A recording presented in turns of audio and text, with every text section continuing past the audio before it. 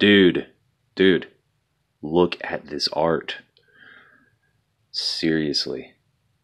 Oh man, you know what? That may be my favorite page of this whole year. Maybe so. It just sets the scene. It is show, don't tell.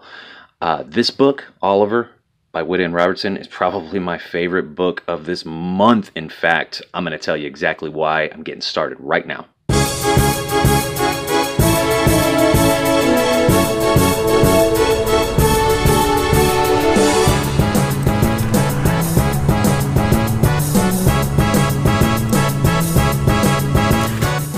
Guys, there's so much to love about this book. I'm going to start with the most important parts, is the storytelling techniques that are used. The exposition is very well written in the very beginning, so I just want to touch on this first, and I know I harp on this a lot, but the best stories are told with parables. And X-Men, of course, is one of my favorite comic books of all time. The old ones from the 90s, of course. There's some good ones after that, too. Here's the thing, if you're going to tell a story, you want to speak in allegory, and you want to present characters in such a way where they're relatable to everyone, because we want everyone to read our stories. Again, comics are for everyone, and this book is for everyone. I'll tell you, this is layers of allegory, of being different. You know, the main character's different in Cast Out. All the characters are different in Cast Out. Fascinating world, post-apocalyptic and dystopian fiction has always been my favorite. So when it's done well in comics, I'm always very happy. So a big thing about this book, I always try to equate some of my favorite quotes to these books, specifically when I'm talking about how good the writing is. And one of my favorite quotes, I always use it. Robert McKee from Story. He says, "When talented people write badly, either they're blinded by an idea that they feel compelled to prove, or they're driven by an emotion that they have to let out. But when talented people write well, it's usually for this reason: they're moved by a desire to touch the audience." And that's exactly what this book is capable of, with rich allegory and parables. I'm just going to start right on in. So this is really great. You do feel, again, by the end of this book, once you're introduced to this character, you really do feel connected to them. The writer does a great job of it. So you can tell that the art is fantastic. You get some symbolism right away. You know that death is a prevailing figure of symbolism in this book, as well as time. And the exposition begins dark, just like this book. This royal throne of kings, this sceptered isle, this earth of majesty, this fortress built by nature for herself against infection and the hand of war. This happy breed of men, this little world, this precious stone set in the silver sea, which serves in the office of a wall or as a moat defensive to a house against the envy of less happier lands. It's setting the scene. It is show, don't tell. This blessed plot, this earth, this realm, this England.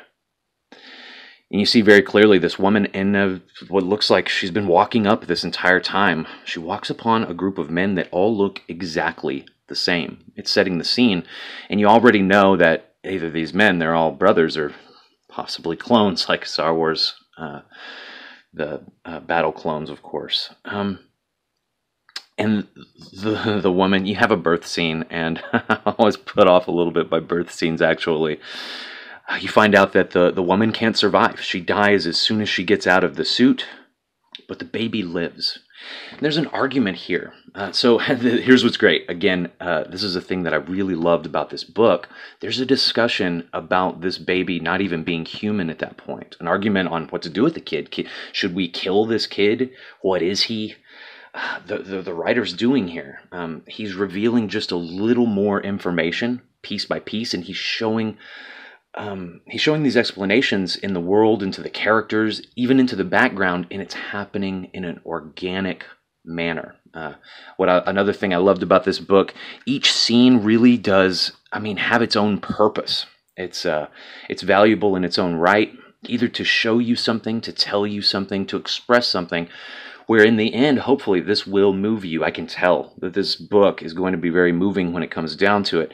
It leaves so many questions, these puzzles that you want to uncover, you want to read more, you want to dive into it even more. Here's what's even greater about this book. There are no extreme overt political messages in it. Again, you know, that's a big deal for me. It's a big deal, and most comics aren't capable of doing that. In fact, I wasn't really going to do this, but the last post-apocalyptic comic I picked up was by Boom, and it was Low Road West. And they had to, it was okay, it was an okay book, but they just had to throw in there, you know, gee, I wonder why you think I'm an enemy. Racist much? Jerk much? And they're about to get in a fight, you know, racism.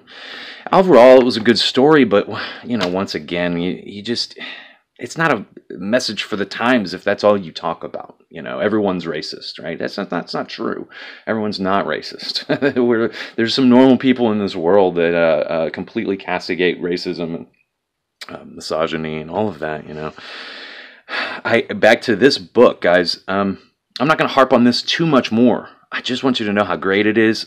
Pick it up if you feel compelled to, if you like dystopian fiction.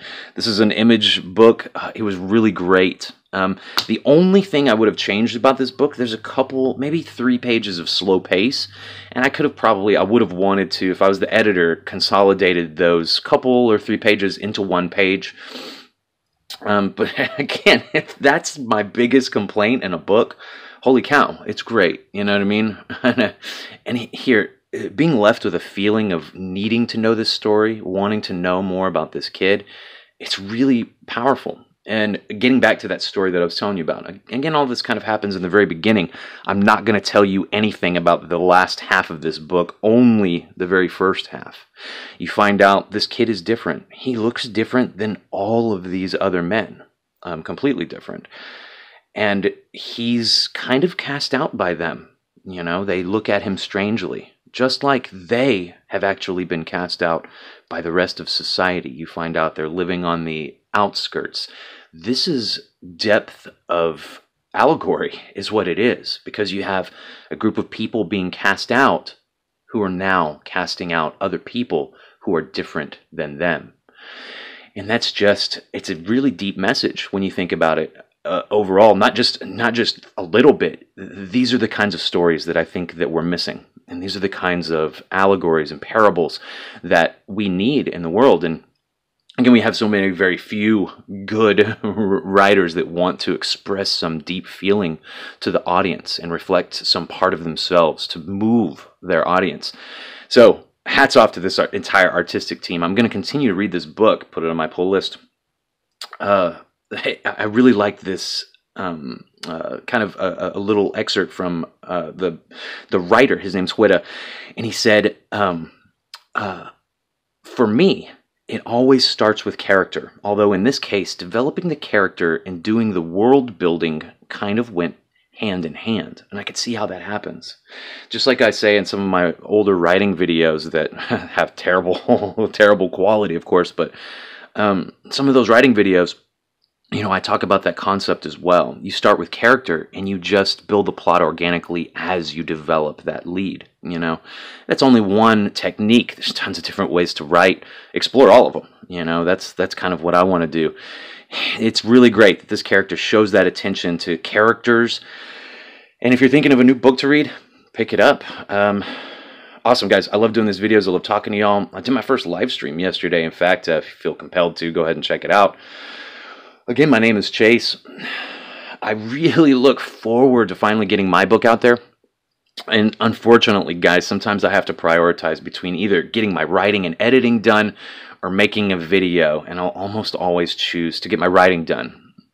But I'll be shooting to release an Indiegogo by the end of the year. The process is super enjoyable. I'm loving it. I'm going to be looking for an artist.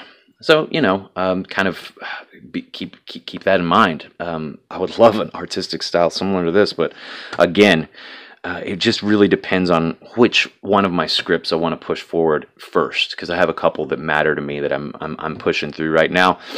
I look forward to talking to y'all again as soon as possible. Again, write every day, create art every day. I'd love to see this entire movement thrive. We're making comics, we're making independent comics, and a lot of them are going to be a lot better than anything that's being pushed out of Marvel, the garbage that they're pushing. Guys, you are the gateway into comics.